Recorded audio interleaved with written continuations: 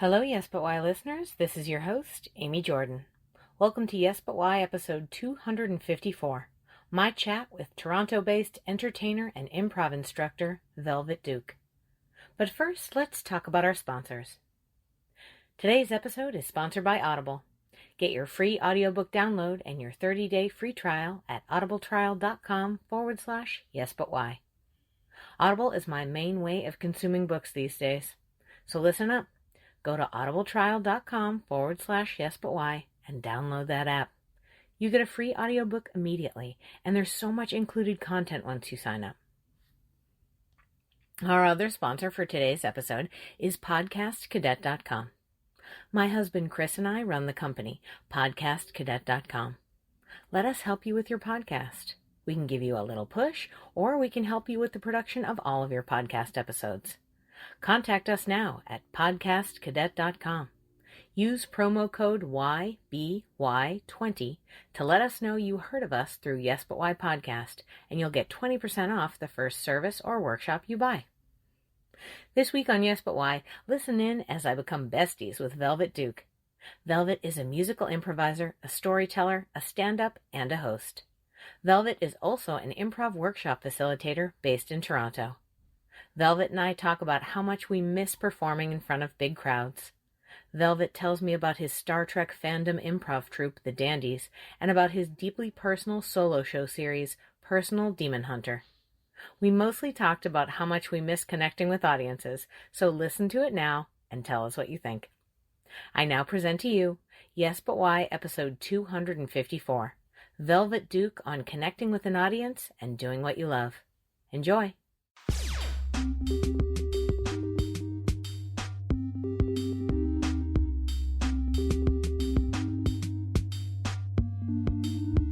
I'm Amy Jordan, and this is Yes But Why podcast. Yeah.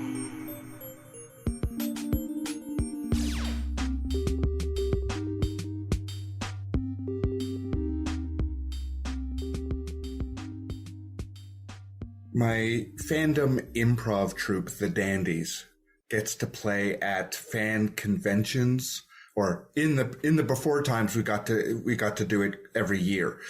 And so we would get crowds of hundreds of people who would come of all ages. And it depended on the fandom, whether it was a packed house or just a full house. Every time I get an opportunity to be in the audience at these conventions, I am. It's almost like it is almost as soon as I finished introducing that we are the Dandies, that I'm out in the audience playing with them as much as I'm playing with my troupe. And we had like 400 people.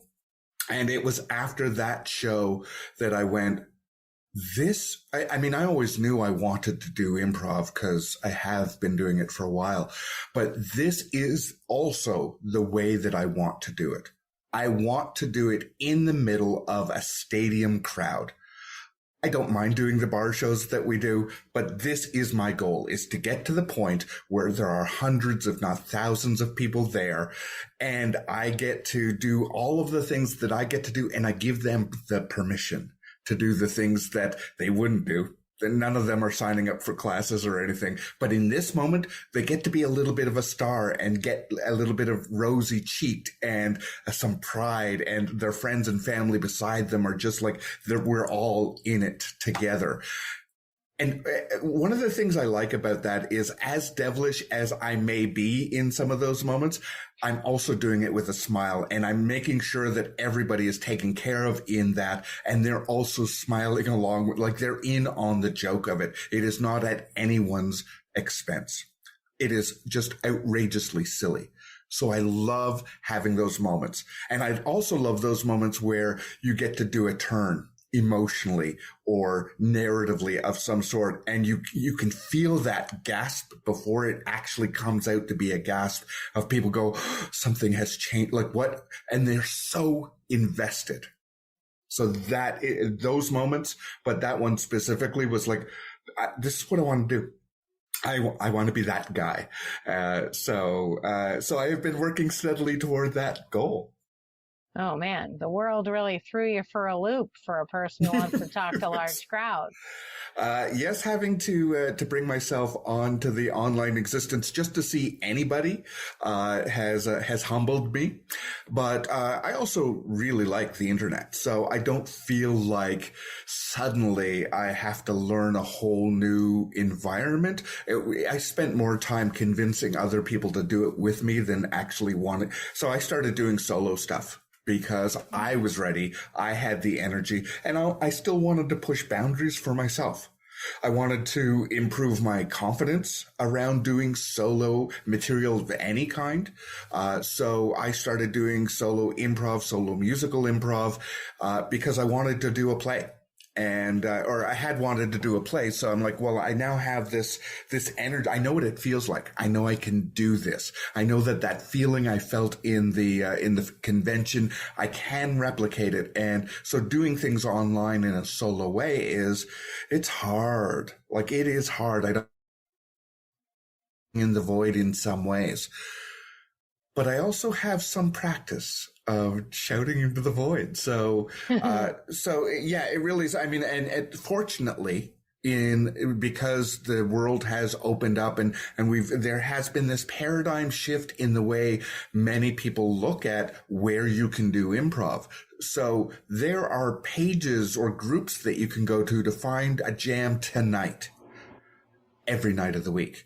If you want that, if you need that adrenaline rush. And I do know people who do stay up till all hours to catch the next jam. And I get chasing that dragon.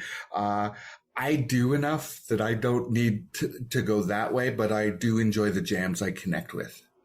Yeah. You know, I think about that with reference to the way that I was when I was like in my 20s and like I was working 2 jobs and then going to open mics every single night and staying out until 3 a.m.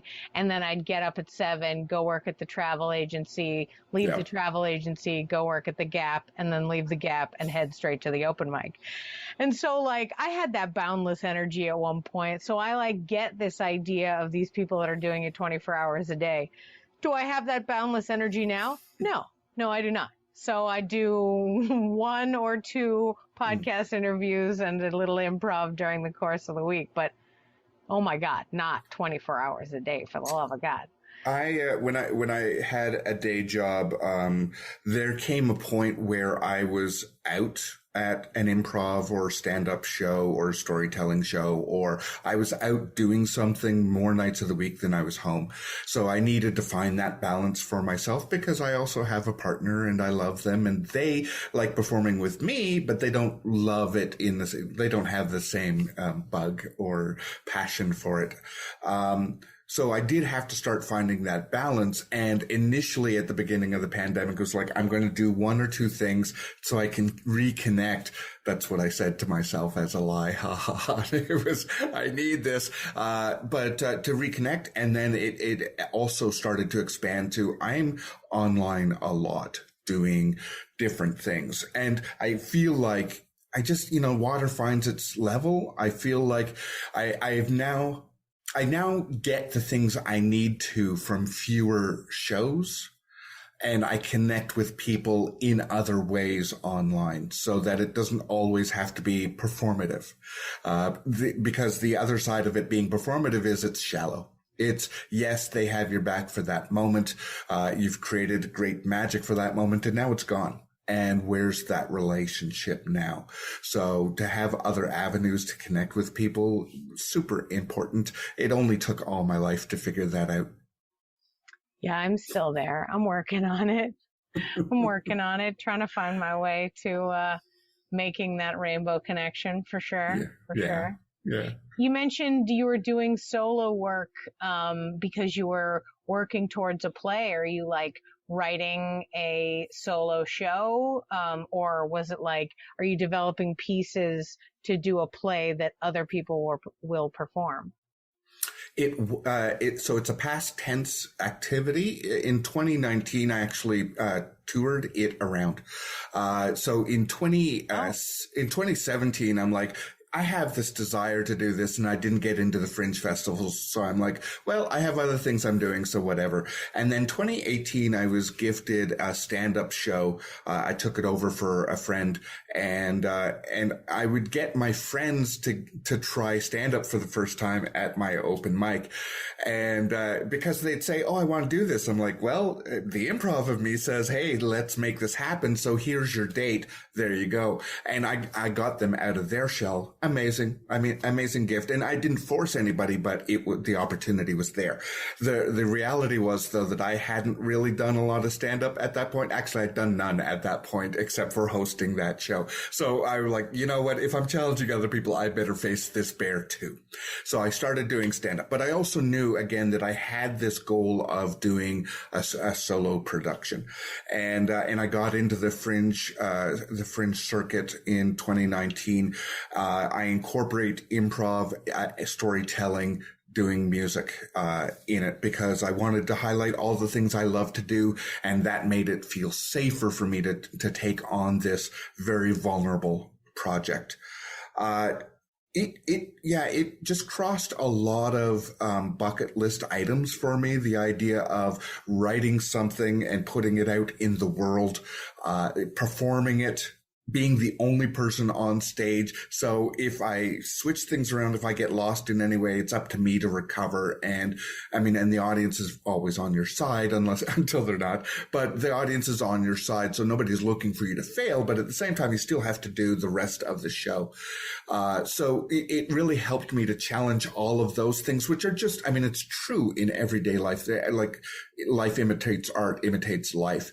And I find that improv is the easiest way to extract some of those life lessons in the least painful way, so that when you see it coming up in life, you go, okay, I know, okay, make choices. It will be better for everyone if you just make choices. So it helped me to solidify some of those choices. And, it was a great experience. I did it in my hometown, with Toronto, and that was lovely. And then I got to take it out to the West Coast, to Victoria. And what I loved about it was so validating. I took it out there and it was received in the same way as it was at home.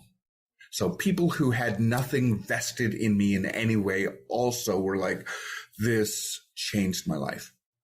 Which, if you're doing art in any way, and even one person ever in your life says that, like, that is, it's not $1 million, but it's real close. It's just, it hits your soul in a way that no plaque or anything else is going to really reach in and let you know that, you've hit something universal. Yeah. So I'm very fortunate to have had that experience multiple times with that specific show. As a result of doing that, thank you. As a result of doing that, I then went, hey, I had meant to make this a little bit more, I don't know the words, but I want to say like compartmentalized, so that I could pull out stories and drop other ones in. And depending on the read, like I wanted to really, that was the grand dream of this. So I said, I want to do a sequel so that I can touch on some of the other stories that I didn't do the first time around. First time around was, I need all this validation. I need to set this as foundational as possible, so that in the future I can go, oh, I'm down in Austin. Well, they are not going to get story 1, but story 2 is going to just land. So that's still like the dream goal. In the meantime, I did this sequel, and as I was building it out with that initial idea in mind, I realized that it solidified as its own piece that was centered around Black joy, which is, it was timely. I don't pretend that I wasn't trying to, get bums in seats as well, but it also was timely for me in terms of the healing that I was doing, both as a performer and as a human being and in the society, and like it just, that it touched other people was just a happy byproduct for me. It really was like, it was so life affirming for me to be able to speak these words, to share artistry around it, and to be unabashedly Black and not question whether I needed to tone it down. Not that my first play toned anything down either, but this one was like so hyper specific to, I'm going to talk about some ways that I express and I've discovered my Black joy. So, what was the name of the show? The first show was called Personal Demon Hunter. I still have the Facebook page for it. I still keep it alive, as well as the second, which was Personal Demon Hunter, Divine and Conquer. Oh, wow. I love them. I don't know. I haven't decided yet if I'm going to put it all together as one title forever and ever moving forward when I finalize those interchangeable stories or not. But, at this point, I'm very proud to have two pieces that kind of had similar forms, but developed very differently. And were and the second one, because it was during the pandemic, was purely online. So I ran all of my own tech in addition to managing the chat and doing my show and having improv and music and all the things I wanted to do. But also I had it's just a good thing I have ADHD because I needed to put that energy somewhere anyway. Sure. That's great. I'm glad you're able to find a way to channel it for sure. Yeah. For sure. Yeah. It's important. Mm-hmm. I like the way it's Personal Demon Hunter and then Personal Demon Hunter, Divine and Conquer. Yeah. I wonder if maybe like the third one could just be like an additional phrase. Like it's just like Personal Demon Hunter, Divine and Conquer, the like, ultimate judgment. Yeah, exactly, right? You know, I was also going to say, you mentioned that like they're both solo shows. They're both storytelling with a little improv, some music. But that you wrote them in two very different ways, right? Mm-hmm. I feel like that sounds like the makings for like a solo workshop. Like, how do you write your own solo show? I mean, because people are always trying to do it. If there's anything going on in improv theaters across the earth, always, it's like a handful of people trying to write solo shows, right? Right. Because stand-up is not for everybody, but that doesn't mean they don't want to be on stage alone. Right? Mm-hmm. I mean, I like direct attention just at me. I enjoy that. I also enjoy the large crowds. When you were talking about the big crowds, I was like, oh, yeah. Give me a stadium and a microphone. I'm in it. Like, yeah. Yeah, I honestly, even if they don't give me the microphone, like I will project if I need to, but I will I'll give everybody a high five. I mean, everybody has to get vaccinated, but I will be there. It will be nice if they have all the lights and everything and make it really flashy on the stage. But honestly, I will probably spend less time on stage than I will in the audience with them. Unless it's, being televised or filmed in some way and they need me to stay on my mark. Ugh. I'll be like Mike Birbiglia, where it's like, look, you just better mark the whole stage because I am not going to stop moving. I'm going to be over here for a bit. Now I'm going to be over here. Now I'm going to be over. This is how I do it. And if you don't do it, then I need a different company because. Totally. Yeah. I totally see Mike Birbiglia as an inspiration as well when it comes to creating storytelling shows. Like, cause he's lumped in with stand-ups, but I don't think that's what he thinks he is. And that's not really what he's doing. Like, he's building these shows and I just really love, and I wonder if he even thinks of it this way, but like, I enjoy that if you listen to his stuff in the order that it was written, it's like the journey of his life. Like it's like him in college, then it's him when he first met his wife, and then it's him, it's like breaking up with this girlfriend, met his wife, then he has a kid. Like I can't wait for the next one. What's it gonna be? Right. Like, guys, did you know it's super weird to make a movie? Tell me about it. It's what you did, so I'm into your journey. But there's something so fun about that. And you're right. He's so fun. I don't know if you saw the new one, the there's a Netflix special that he did, which is his newest one, but it actually is called The New One. Okay. And it was a stage show. So it's, just a filming of this stage show. And instead of it being like stand up with just the microphone, there's props and lighting and all sorts of stuff.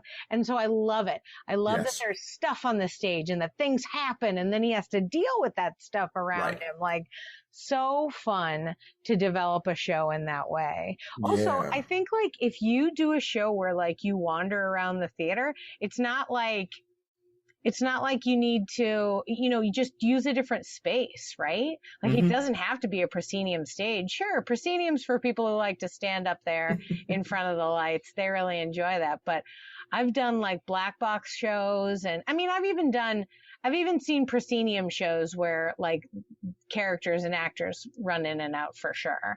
So like, it's really just a matter of like, hey guys, you ready for a night of exciting theater? And it's like, yeah. It's like, okay, well, anything could happen.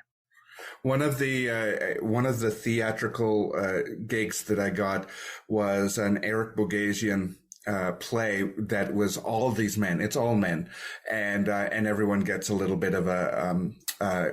I'll give you the name afterward, but everybody gets their little monologue bit, and I'm like, the character that I'm playing doesn't make sense to be on stage.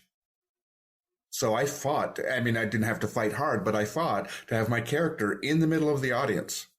And so, I'm breaking the traditions of theater or whatever, but it's like my character actually is. It's like, what is this play about? What are you doing? And like, I'm yelling at somebody on stage. So to me, it made sense to do that from the sideline, the back line or whatever. It's like, okay, what? Okay, no, let's steep ourselves in this reality and do that. So I'd much prefer to play with that fourth wall than to honor it and pretend that we're on display, and maybe some of the emotions and pathos that we're feeling seeps through. I don't know.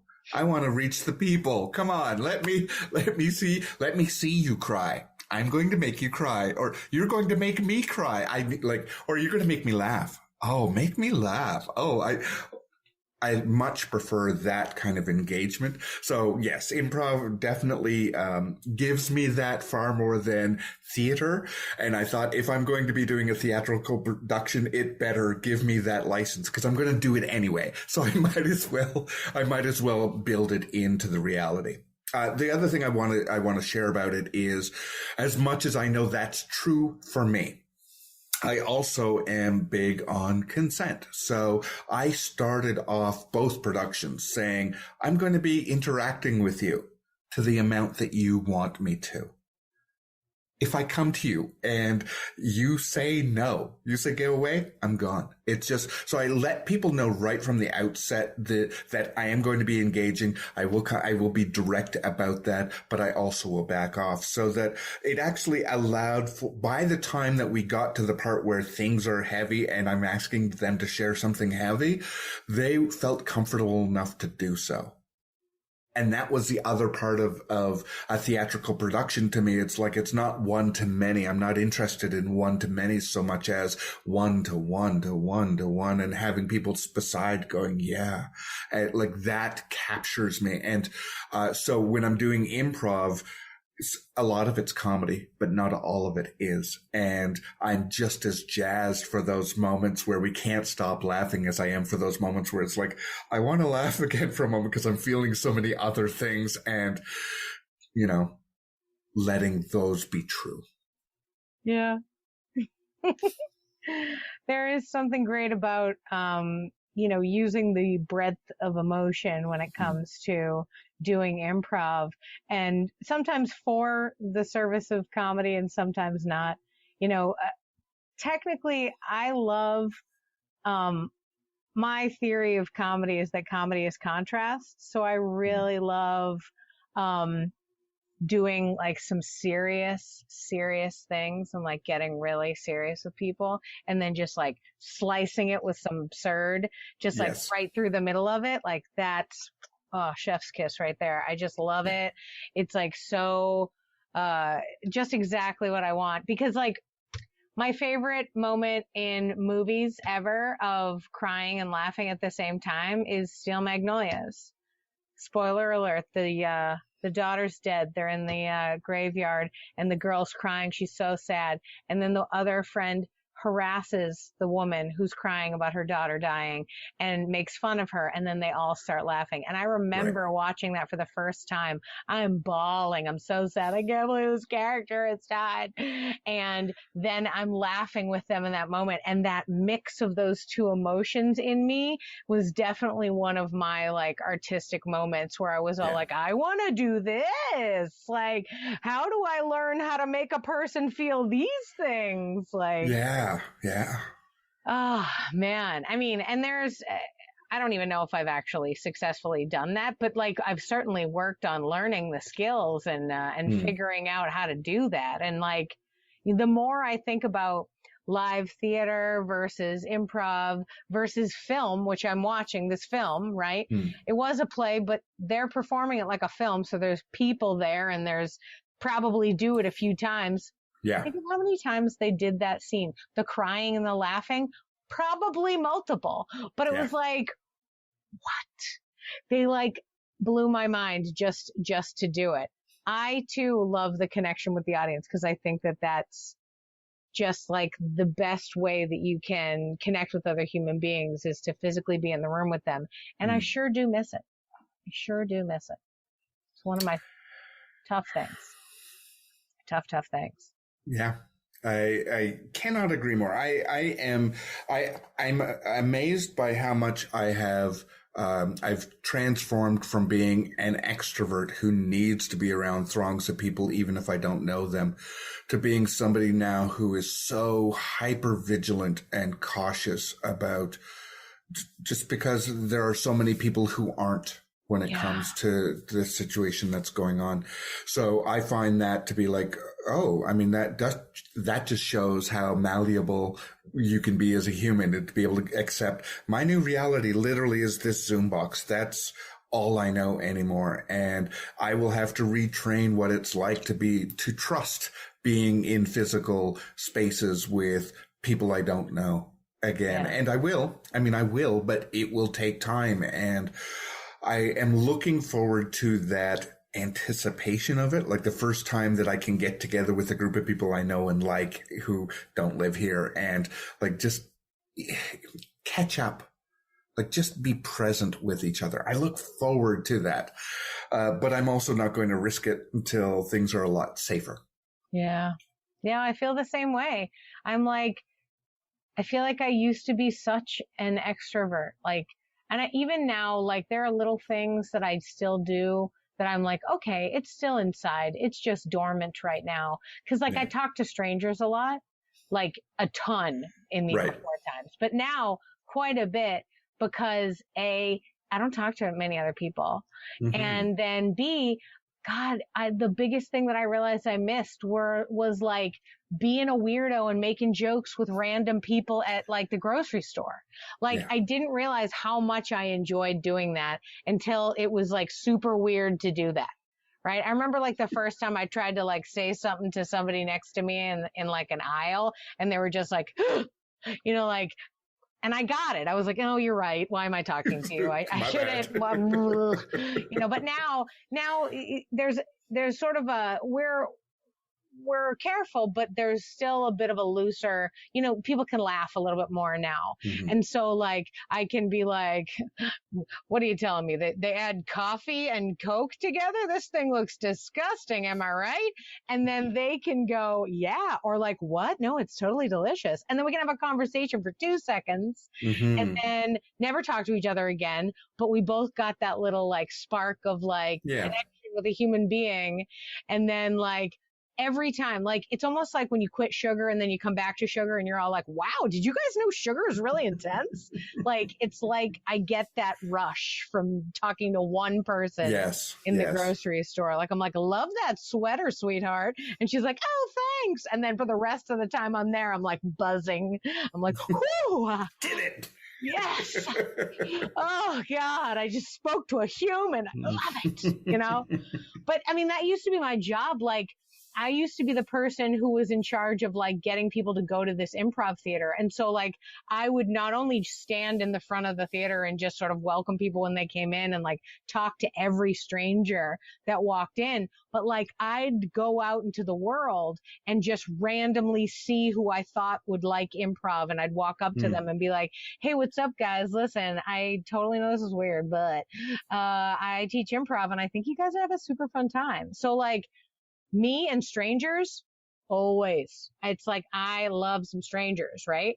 But it's super weird now to talk to them. So I don't know. I mean, I'm ready. Let's get that stadium, right? Let's get it. I'm not going to lie. I would much rather a stadium in Canada than a stadium in the US, to be honest with you. But they're not. And why is that? What is it right about now? Because of the safety. Oh, yeah. I was like, just right now. You're just looking for an excuse to get up to Canada. My God, I would love it. Oh my God. No, like legit, Toronto is definitely like on my bucket list of like, I'm going there someday, whether it's like to go there for a long-term intensive or to take a long vacation or something like that. But there's just too much there that is literally what I want in a city that like, and also like, it's a sort of mecca of, you know, the arts and improv in a way. I mean, certainly for me and a lot of the people that I've sort of originally met and then, you know, it's like, I am also mildly obsessed with Canadian television. And I didn't realize it until one after the other, the shows that I was watching, I'd get to the end and then they'd have the little like made in Canada. And I was like, oh. Yeah. And then I was like, wait, that thing I watch is made, and that thing too. I love it in Canada. I was like, if it's made in Canada, I'll watch it. So like now I just look it up ahead of time. Hold on, where was it made? California? I guess. No. I guess I can watch it. Maybe I'll like it. But then I'm all like, Toronto, yeah, whatever. What is it? 3 aliens live in a pizza place and they all just eat bugs? Yeah, seems fine. Right? Oh, I know the people in that cast. Yeah, that was... Yeah. Yeah, exactly. But it's like just something about it. Yes. Oh, man. So funny. So how did you get into improv? Like you mentioned that you were doing this fandom improv troupe. I guess we should start there. How do you get into an improv? We need to start earlier. We need to start earlier. So how'd you get into improv? I'm going to I'll state, but then fast forward the original introduction. I started in high school. Wonderful. I want to fast forward to, I took a break from improv. I took a break for a period of time. I needed to find a new community of people to do it with. And when I came back with vengeance to do musical improv. And so I came back to look for other people who were into it, because that was one of the things I wanted to leave behind, this idea that, oh, it's me, I don't want to do that. It's improv. Give it a try. Do it. And so I did. I was with a troupe and we would do sequels of existing movies as a musical. So we would never do a musical. We would do things like Rocky, and we would do Rocky the musical. So it was a blast. And then, you know, we had different needs. Let's say, I'll be polite and diplomatic about it. We had different needs about what it meant to be in a troupe and how far to take things. So as a result of feeling the frustration and the, you know, we're breaking up as a troupe. I needed something else. And my partner and I were watching Star Trek Next Generation as a binge watch for ourselves. And I said, hey, we've done a little bit together. If I started this thing, would you start this thing with me? It'll be the two of us. And so we did. It started out as this duo, and we would have a bunch of people guest with us who also were like, do you know it even a little bit to join us? And they're like, yep, great. You'll be a red shirt. Wonderful. Do you know it? No, not at all. Okay. Let's make you a guest opening for us, because I wanted to be, I only wanted to have people who knew the genre. Didn't always work out that way, but that was the intention. And then eventually we started, some of the people who were playing with us regularly, it was like, why don't we expand the troupe. And membership has changed over the years a little bit, but yeah, we've been going for 8 years. And for me, there were milestones with this too. It's like, love doing it. It was a once a month show that we were doing in live spaces, live bar spaces, theater spaces. And then, I said, yeah, so this is great, but I want to go where the people are. So I got us signed up for the conventions. And so we got to play the conventions in town and a few a little bit out of town. And then I got a message from somebody in Winnipeg, which is a province over from me. And they said, we have a convention. I said, awesome. And they said, we want you to open for William Shatner. What do you think? And I said, I'm pretty sure the answer is yes. I just need to figure out, like, how do we do that? Is there any travel money? Like, how do we figure all this out? And he said, I can't do that. All I can say is that if you can get here, the space is yours. And I went, well, yes. And so I did a fundraiser. I successfully got a fundraiser to get us travel and accommodation money. And I said to everybody, it's like, look, we will have to pay for our own food. We'll have to pay for our bus or whatever to get place to place, but everything else is covered if you say yes. And the only other thing was, we had a musical director at the time. So it's like, we will rent a piano when we're there because it's not fair to try and lug that across. That was the only expense that we had, addition to actually getting there. So that wasn't the story I told off the top. That was a whole different level of getting the audience on the side. For me, that was another moment of, I'm walking into this very cold room. People who are there to see somebody else. And why are we here? Why do we think we're allowed to be here? And within 5 minutes, I had them eating out of the palm of my hands. We had them so entertained that by the time it was time for William Shatner, some of them had kind of forgotten. Others definitely had not forgotten. They never forgot. But we had the majority singing William Shatner to the stage, a made-up song that we created. In that moment. Like, that was great. And of course, whatever. I've already talked about that, the interaction itself. But for me to be in a room where nobody cares that you are there, to everybody, we had people coming up during the convention the rest of the weekend saying, we loved that. That was amazing. When are you coming back? How can we be in touch with you? It's like, that we're in Toronto, right? So, you're going to have to come. And they're like, oh, Toronto. So what you feel about Toronto isn't what the rest of Canada feels about Toronto. So. I imagine it's a far away place to travel to. Yes. You guys have a big country and you're not all together. And I get that. Yeah. I get that. That makes sense. I mean, also, like, in Texas, I'm in Texas. If somebody was like, my show's in Oklahoma, I'd be like, it was really nice to meet you. Yeah. So it's like, and that's not even far away. It's probably like a couple hours as opposed to like, well, Texas one end to the other is 24, but I'm not going to the other side. All right. Right. Yeah. What was the name of this troupe? It is the Dandies. Right. The Dandies. That's right. I had Yes. that written down. Yeah. Now, my second question is, what did William Shatner say? We sing him to the stage and he's coming up the 3 stairs and we're on stage because we've done our bows or whatever and we're cheering him on. And then I extend my hand and I firmly give him a handshake that he was not expecting or desiring. And everybody else tried to follow suit and not everybody got a handshake. And we're also like, hey, do you need any help, moving things around on the stage, a chair or anything? He's like, no, you can just go. And that was all he said. Like, that was it. And it was a question and answer period. And most people didn't enjoy the answers they got. That was the tone of that time. So that is also partially why when people come up and go, we loved you, I also infer from that, we saw him. We loved you. You're fine.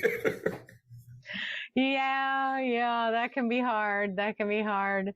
Yeah. Yeah, the tough part about being somebody who wants to do theater and film and art is like you might be good at that and enjoy that, but the other part where you have to talk to people about it and then be there for them to answer their questions, that's not everybody's cup of tea. That's not really what everybody wants to do.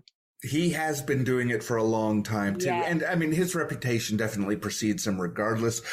He still gets booked to things. So, none of that I'd book him tomorrow and it's not going to stop. Yeah, absolutely. I mean, until William Shatner is no longer, we'll be like, yeah, what's he in? I'm watching it for sure. Yeah. I mean, it's fine. And that was it for me. When the original thing came in, he is not my captain, but he's a captain and also he's the original. So of course I'm saying yes to this opportunity. Plus it was like an out of town gig. Well, now we can put that on the resume too. And it is an accomplishment, like to have said that we've done that. And now it's like, there was almost an opportunity to go to Vulcan, Alberta.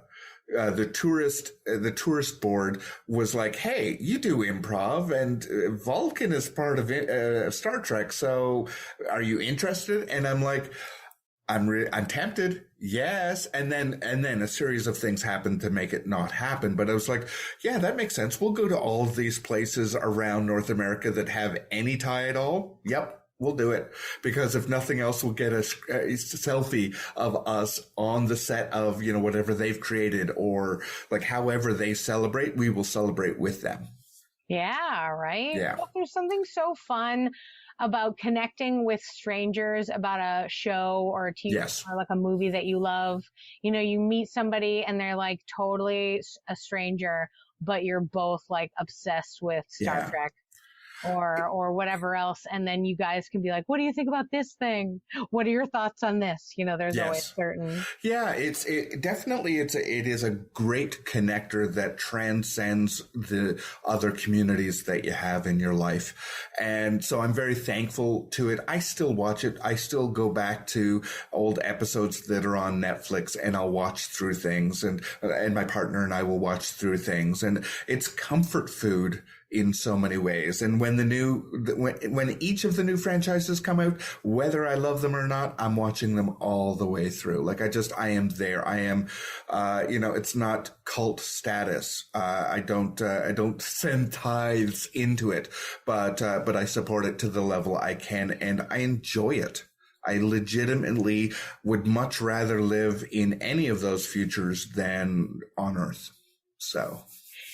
I feel like the newer ones, like after the people that originally wrote like the first ones were really involved in it anymore, and it became more like the franchise is owned by XYZ, and so now these people are doing it like on CBS and stuff. Mm-hmm. I feel like it's almost the same thing as what you're doing.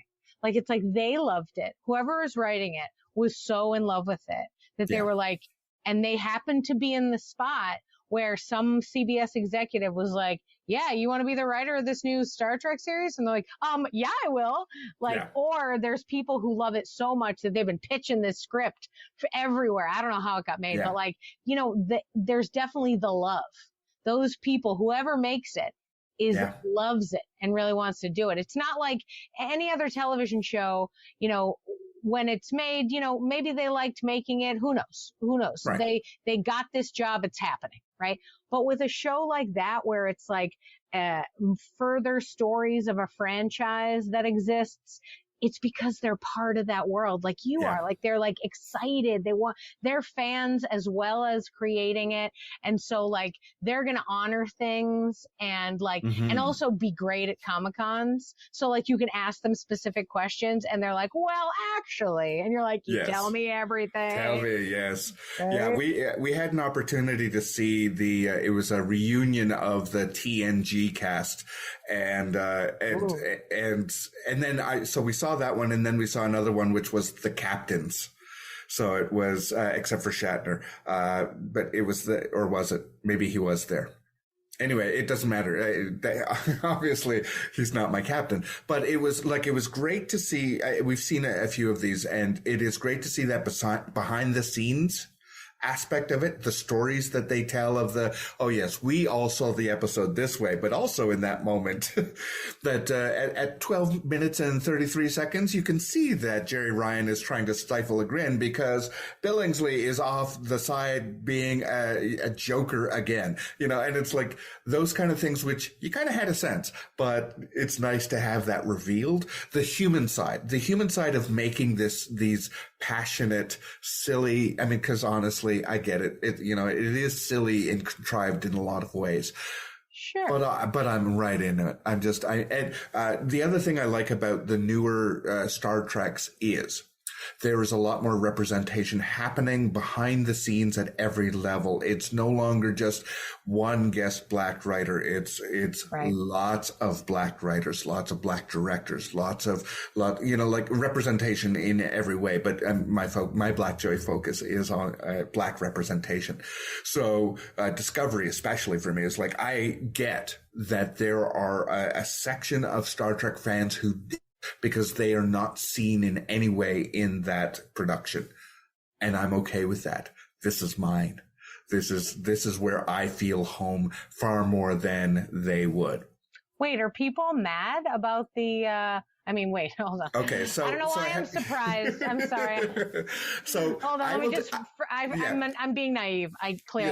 But like, there are legitimately people who are like, I'm not going to watch Star Trek Discovery because nobody looks like me. I just don't understand that. Some of them don't necessarily have the emotional literacy to realize that that's really what it is.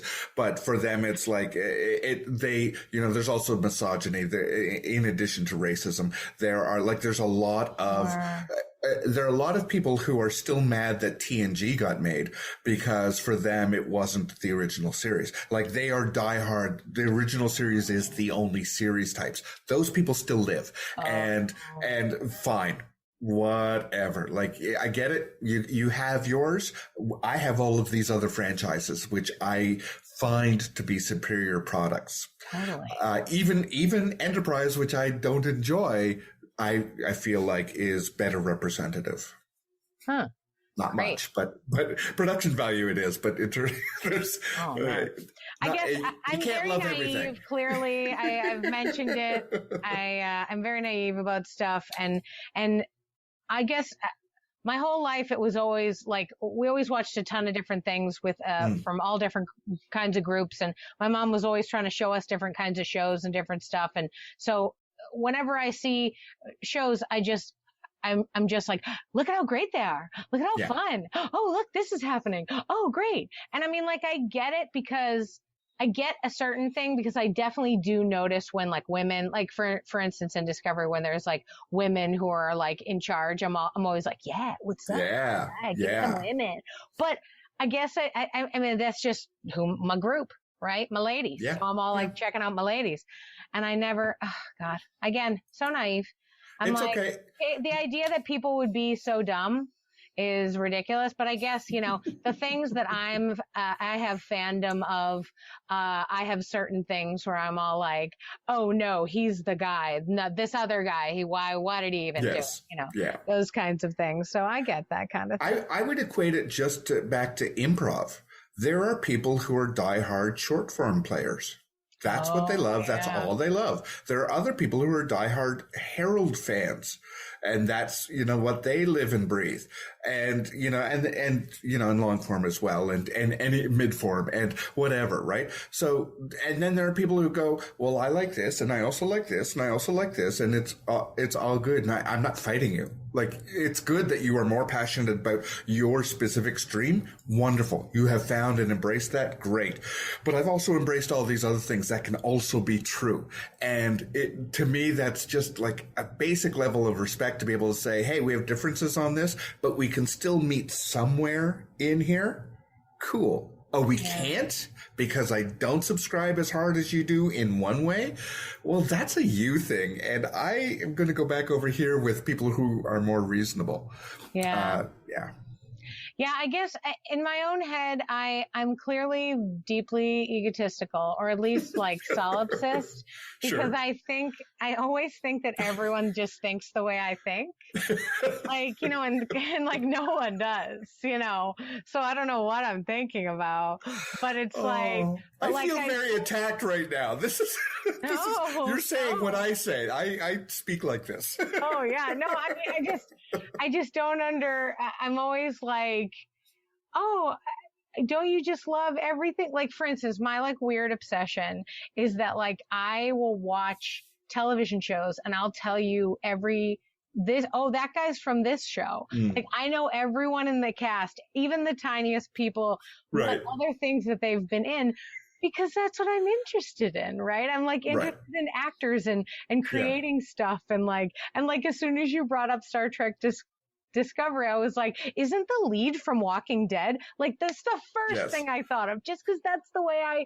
connect ideas, right? But I will say that to somebody, and they're just like, what?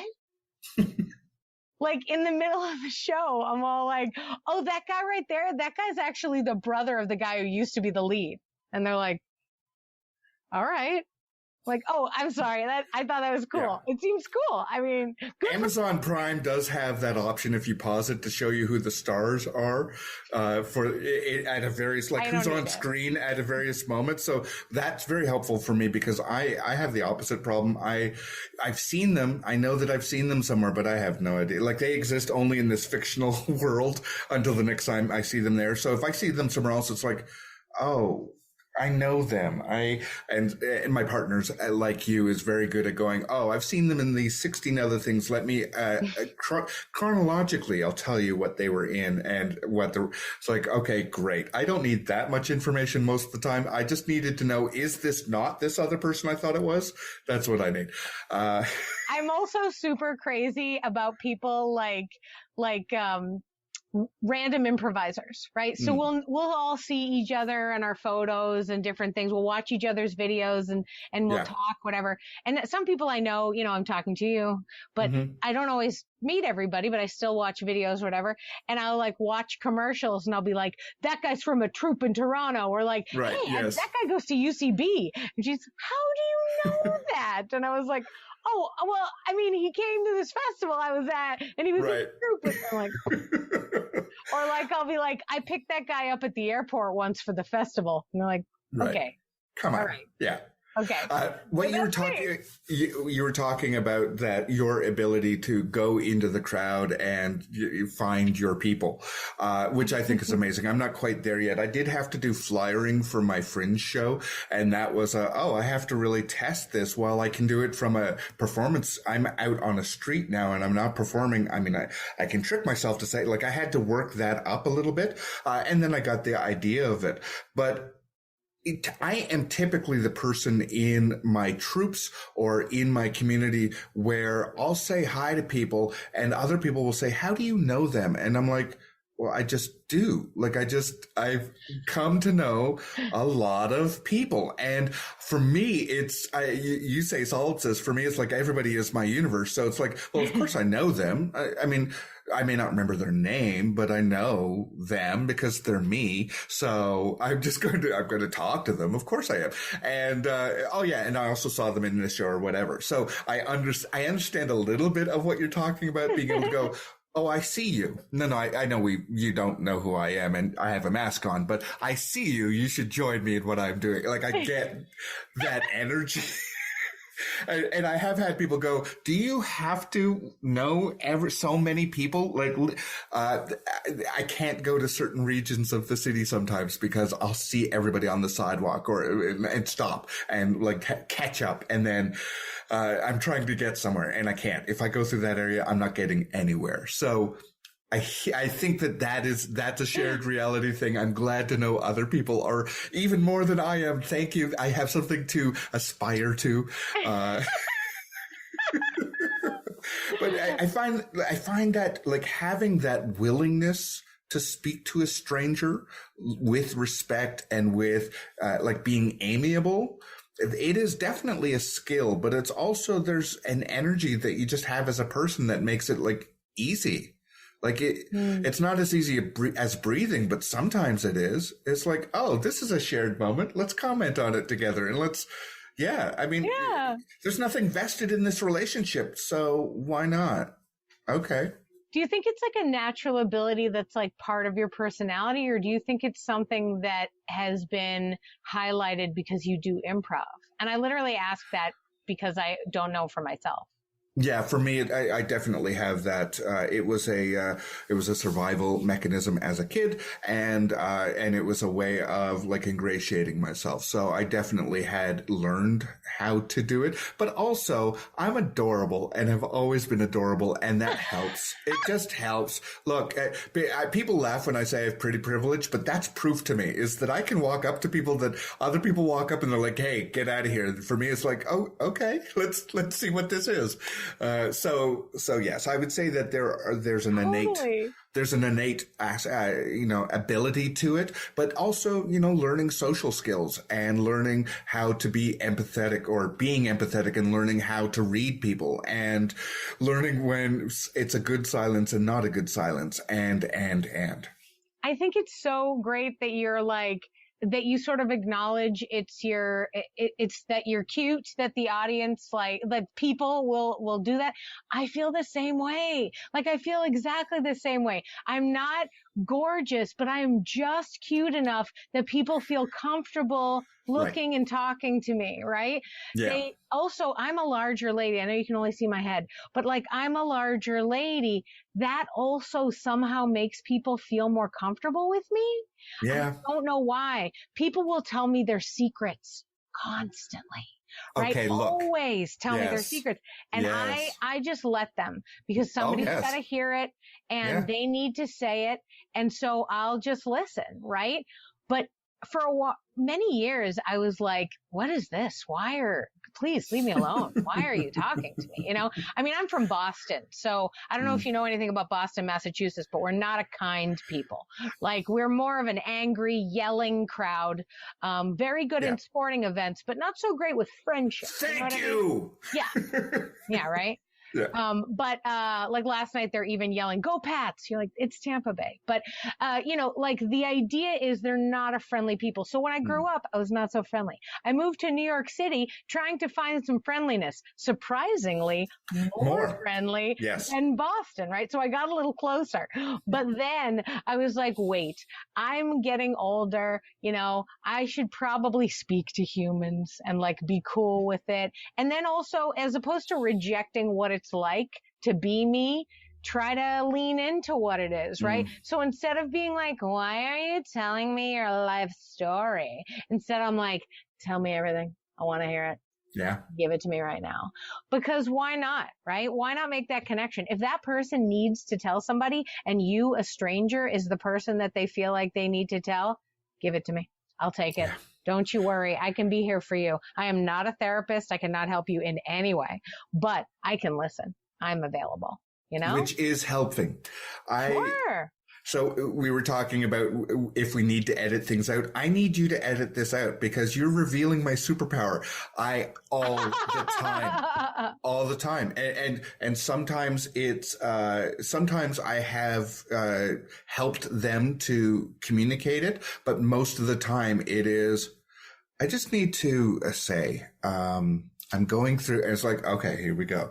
Or I just need, I haven't told anybody this, but yeah, so that's another shared ability. And so I would love to hear your thoughts on aside from being cute, because that's obvious. What else do you think? Like, what is the energy that you think is drawing people to accept you coming into their bubble in the first place and then just opening up? Well, see, the reason why I asked you about the improv thing is that I feel like I lowered my wall when I started doing improv. I didn't start improv until I was 30. I didn't even know improv was really a thing. And I legitimately lived in New York City when like UCB started. Why? But I never heard of it. It wasn't my crowd, right? Yeah. I moved to Austin, Texas when I turned 30 and happened to find a town that had a ton of improv. And so I was like, great, let's do this. What's this about? And I feel like the the lessons that I've learned about being open and about like accepting change, like, hey, whatever happens, happens. You can't like force this particular thing to go the way that you want. You kind of have to go with the flow. That has helped me in my personal life, like so much, like intensely, to allow that. And I think me just like being in the moment. I also like have an Etch-a-Sketch for a brain. So I'm like always in the moment because I just don't keep much of it. And no lie, just to harken back to me telling you that I knew about actors. I mean, I do have IMDb open at all times. Like, that's how I know. Not because I remember, because I'm like, that guy's face looks really familiar. And then I'm like scrolling through, like, oh, did you know? And he's like, I'm watching the movie. I'm like, okay. But what I mean is, I think that improv opened me up. I think improv essentially, like, Boston, my doors were closed, right? I was like, don't come in. It's not for you, right? Then I went to New York and it was like, hey, how you doing? These doors are open. They close sometimes, but they're open occasionally. But now that I'm in Austin and I'm doing improv, I just took the hinges off the doors and it's just an open area, right? I'm just like, what's up? How's it going? I'm also too old to have secrets anymore. Like, I'm not doing anything crazy. Back in the day, also, I've told every insane, like, scandalous story that I've ever done as a fun on-stage story years later. So now it's like, great. I've told you everything about myself. There's no secrets. I don't have anything. Yeah. Tell me a secret. I don't know. Like, I don't. Like, what don't you know about me? Yeah. Like, around what age are you like, I wonder what she was like. I'll tell you that. How about that? Yeah. But yeah, I don't know. I feel like it's an improv thing. I feel like I'm more comfortable in my skin and in the world. You know what I mean? Like, I was always comfortable in a theater. When I walk into a theater, that's my home. I'm there now. Like, I can do whatever. I can talk to people inside a theater, easy peasy. But outside in the world, you know, I used to still be a little tight, a little held up, a little walls up. But now I just don't see a reason for it. People seem to want to open up, you know, and also, like I said, I love a good stranger chat. So I just kind of open up and make eye contact with people. These days, more often than not, it's the eye contact, right? I am over 40, so I've decided that winking is okay now. I thought for a while I wasn't doing it because I didn't want anyone to think I was being suggestive to them. Right. But now I can be like wacky older gal who's like winking at you, you know, like, oh, isn't this crazy? Yeah. Like, you know, so I feel like I try to play the part people give me, you know what I mean? And when they look at me, I'm sort of, I got a mom look, you know, like I'm everybody's mom. Right. Well, the other thing, which has been very helpful in my acting career, is that I look like everybody's cousin.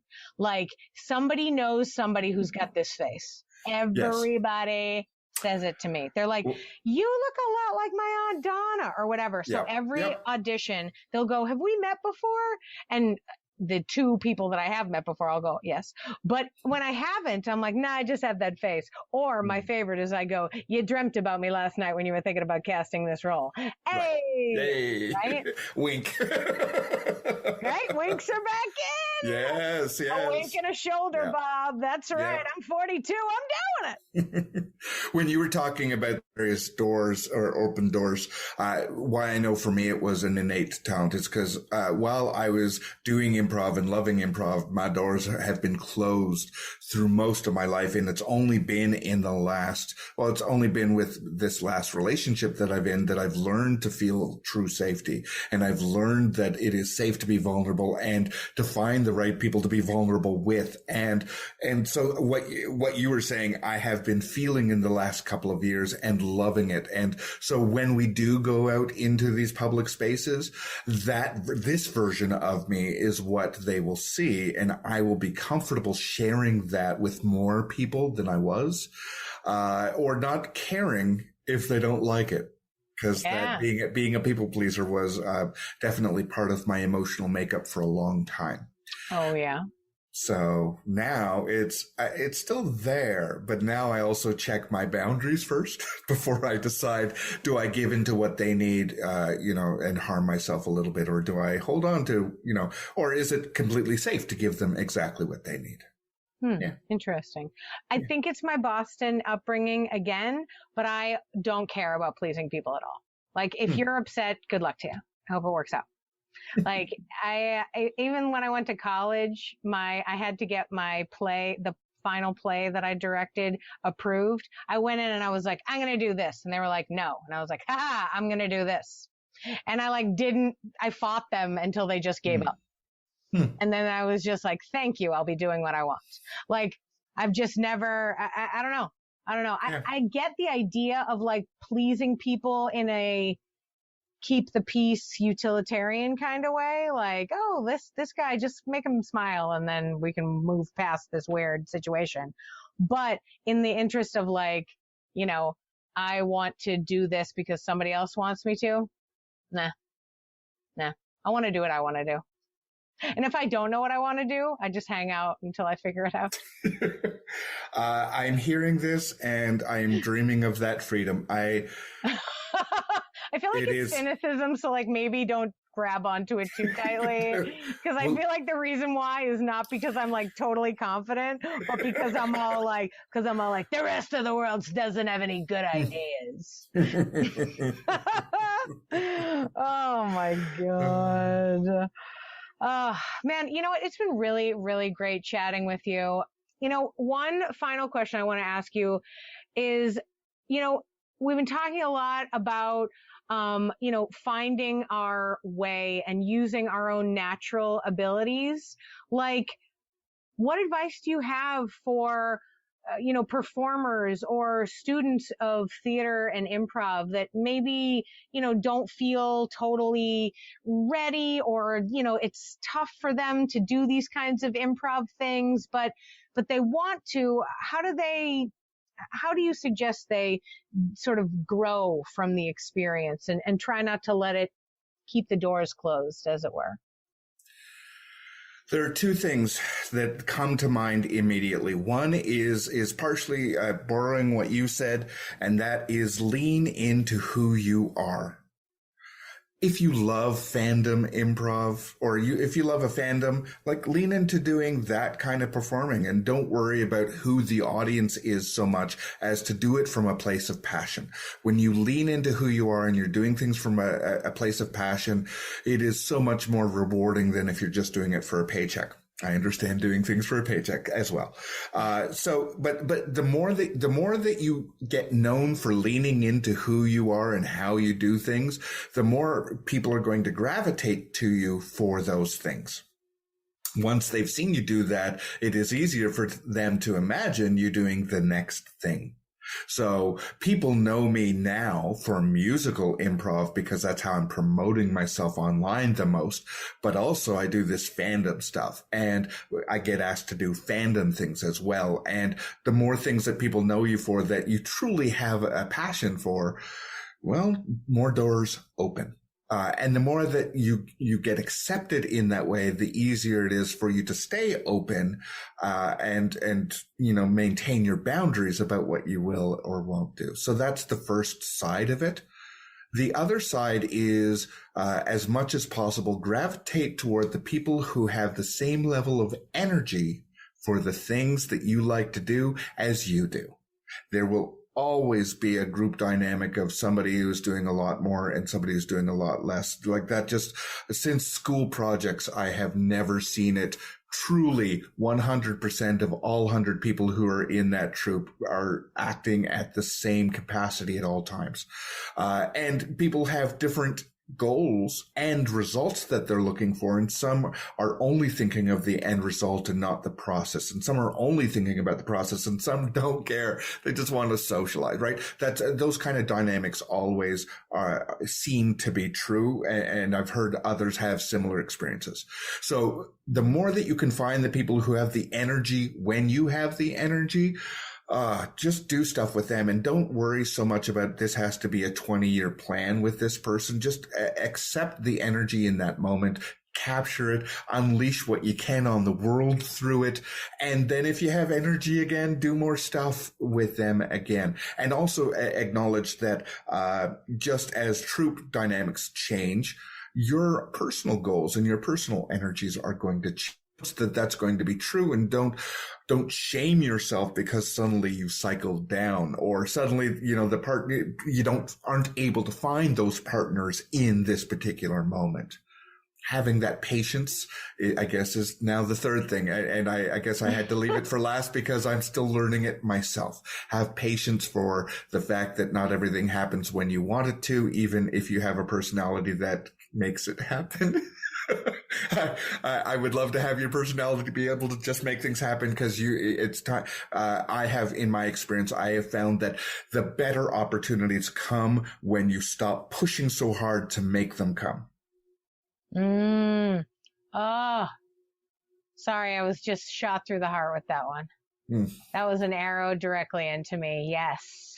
Yes. It's like the idea of like people all of a sudden want to date you after you have somebody. It's like you have this like confidence, this like calm that you didn't before. And I think that fostering that in the, I like having patience, for things happening in their own way. That can be really hard. Oh, it's super. I'm still, even like today, I had a conversation with my partner about acknowledging that it took time to get to today's day of opportunities, and it will take time, and just trusting. If I'm looking at the stats, if I'm looking at the history of, hey, I said I needed or wanted this thing, and then it came true. I mean, I did the work to make it come true, and then it came true. And then something else happened that also came true. And if I just believe that is happening, it is more likely to happen than not, then I need to stop spending energy being anxious about when is it happening, and it has to happen. It doesn't have to happen now. I did a lot this past weekend. So now I need to rest my brain for 24 hours, not thinking about any of those things. And sure enough, I got a nice sleep, and I woke up to a message for another opportunity. So it wasn't me initiating that. That was just me giving my body what it needed, giving the universe the time it needed, and giving that other person the opportunity to say, oh, I see a moment where I can catch them and ask if they're interested and available. Totally. Time was a required component of all of that. Yeah. Plus, I like to think that at this point, certainly, I mean, later I'll be better, but like now I'm the best that I've ever been, because I've learned all the things that I've learned along the way. I've had all the experiences that I've had, and now I can use that. And that makes me in a good place, but it also makes me know that because I've been around enough and had ebbs and flows and had this scene and this group and this thing, I know that sometimes there's just breaks in creativity. So you just got to hang out and fill yourself up with new ideas, keep taking notes, keep, being interested in things and figuring out what inspires you, but like being open that maybe what the thing is, the new thing, might not be what it used to be. Right? I mean, like I mentioned, I didn't even start improv until I was 30. If I had been like, I can't learn new things then, well, then I would have had none of this, right? Right. There's so much of my creative life that has been changed by doing improv. And that's only the last 12 years of my life. Woo! Sorry, I just realized that. But like the idea of that but for years I was on a path. I thought this is what I was going to do. This is how it's going to work. These are the kinds of things I'm going to work on. I didn't even know there were other things, in the same way that like right now, maybe I don't know about the thing that'll be my next creative excitement. That'll be the next thing where I'm all like, oh my God, did you guys know this was a thing? And then I'm out there making this and doing that, whatever it might be. But like being open to the idea that like, maybe you haven't ever heard of it yet. Yeah. Maybe that new scene doesn't exist for you to even be in yet. Yeah. I think about that, about like post-COVID life, like, because I think like we mentioned before, like, I think there's going to be a little bit more time, Yep. you know, for things to not be so awesome for us to be going out. But then when we do, and when we can, there's going to be like this, like, Woodstock-esque, like, coming together of like every event will be a 1 million person event, and like it'll be like every concert will be the best concert, and like, yes, you know, and so I feel like, I mean, even just in the town, like, I expect I'll still be living in Austin in the next couple of years, and the landscape of theater and improv has definitely changed, right? And for good and for bad, you know, where it was like, this place closed, but now all the other theaters that are still around are now bonded together and do projects together, whereas they didn't before. That kind of stuff. So like, there's a whole new world there's too many improvisers in Austin for me to know like a third of them, never mind all of them. But I think later, in the after times, there will be more of an opportunity for me to know all of these different people and the breadth of them all across the city, just because people will be more open to reconnecting and getting creative collaborations and being like, what, we've never met, let's make something. Like, I don't know. I definitely agree that that having a community where the theaters drop their walls, open their doors a little bit to each other, that models it for the people who are attending those spaces to go, right, like, I don't need to hold on to this competitive aspect.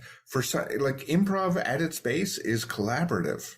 Even in the competitive versions of it, it's still collaborative. So yeah, I absolutely believe that. And I think also that because there is online improv more and more universally, it's more ubiquitous. What you said about the different scenes, like, I think that there's going to be a global scene as well that's just going to be continuous. And so you're going to get all of these influences from different places and opportunities, and make friends that you may never actually get to see in person. Ever, but that doesn't stop how deep you could be with them. Yes. So I think having both of those spaces just makes it easier for the whole community, like the worldwide community, to just get over itself in some ways about that. Well, I'm from here and I did. It's like, you know what? Are you a human? I'm a human. Let's be human. Let's do that. You know what though? Like, legit, I feel like COVID really did reveal the humanity in all of us to us, because it wasn't like a war. It wasn't like a one location situation. It was the whole world, right? And because it was the whole world at the same time, all of a sudden, I have bonded with people everywhere. All across the world. People, like you said, I would have never met these people. I might never meet these people, right? But we have had serious, deep conversations about like how we're doing, and like creative stuff, and like trying new things, and like working on new projects. I've learned more about different styles of improv than I ever knew existed, now that I have all this global improv connection. I'm like, wait, you guys do what? What's it called? You know, and they're like, yeah, here's this book. There's a book? Oh my, guys. Yeah. I didn't even know, right? But I don't know. It's just, I feel totally on board with what you're saying, for sure. We're going to do it. And you know, I mean, in astrology, a couple of years, it's like, oh, it's the beginning, it's the dawning of the age of Aquarius, right? But now, like, as you say, with the way that COVID has changed things, that idea of like peace and understanding, I mean, we're not there yet, but we're a lot closer. And in terms of the improv community, I definitely feel a lot more peace and understanding. People are taking that time to actually listen to somebody, not wait for their turn to speak. Yeah. Plus, I would say overall, the entire performing arts community, all musicians, theater, improv, everybody is really doing a lot of culture work now because most of us can't do the work. Yes. So we can't go out there. So because we can't go out there, we're instead trying to connect with other actors or other musicians. And sometimes it's not even like trying to connect to be friends. Sometimes it's just like, hey, how are you? You know? And so I have like I have a Facebook group that's all, theater people that are mothers. And then I have like people who, and then I have groups that are like creative people that are trying to like help each other with little detail things where it's like, hey, if you run out of food this week, just call us. We've got some. Like different things where we get each other's back because we can't have jobs the way we used to have jobs. And Austin very much buoyed a lot of freelance creative careers such that I haven't had a regular like day job in many years. And so hadn't a lot of my friends. And so now it's like, we can't do the work that we've been doing, that we've been training and doing all this stuff. So because of that, the culture of connecting, the culture of community is working so much more. And the mom group, there's even like a group that's literally working towards helping people who are parents in the arts so that there are like laws and things to help people who have like, so there's an opera singer and she's got a little kid. Maybe there's some childcare we could help her with so that she can be in this opera, that kind of stuff. So it's like that work, thankfully, is being done in like creative communities because we have the time now, because we're not doing the other stuff that used to just take up every minute of our time. And now it's like, hey, you know what? Let's just make sure all of our businesses work well, right? Okay. And let's try to make sure that HR and everybody's like on board so that when we come back, we're having a good time, giving opportunities all around and making sure every person, no matter what's going on with them, feels welcomed and brought into the fold. Like, you want to be part of this? Be part of this. Great. You got 4 kids you need help taking care of? Get on in here. Whatever. We got it. Right? Or like, hey, you haven't had a job in 6 months and you're real hungry. I got a sandwich in my bag right now. Like, for you. It's lovely. You know, so I think that you're right that the world at large, peace and understanding might be mildly distant, though I feel like they want it. It's just, you know, they can't touch it yet. It's not quite there yet. But the theater community, the performance art community is definitely solidifying that idea of peace and understanding. Yeah, I absolutely agree. Yeah, beautifully stated. And your examples are like, I'm inspired. Oh man, you're crazy. You're too nice to me. Oh my God. Velvet, Wink. thank you so much. Wink. I'm such a wanker. Velvet, thank you so much for being on the podcast. It has been a total pleasure talking to you. It's been really great. Likewise. I appreciate the opportunity, and what I've been saying often is even more so true here. The opportunity to find like-spirited people has been the joy of the pandemic for me. So I look forward to many more conversations. Yeah, right? Since we're like twinsies. Yes.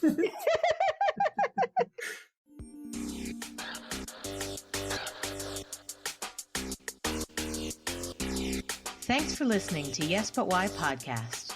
Check out all our episodes on yesbutwhypodcast.com or check out all the content on our network, HC Universal, at hcuniversalnetwork.com.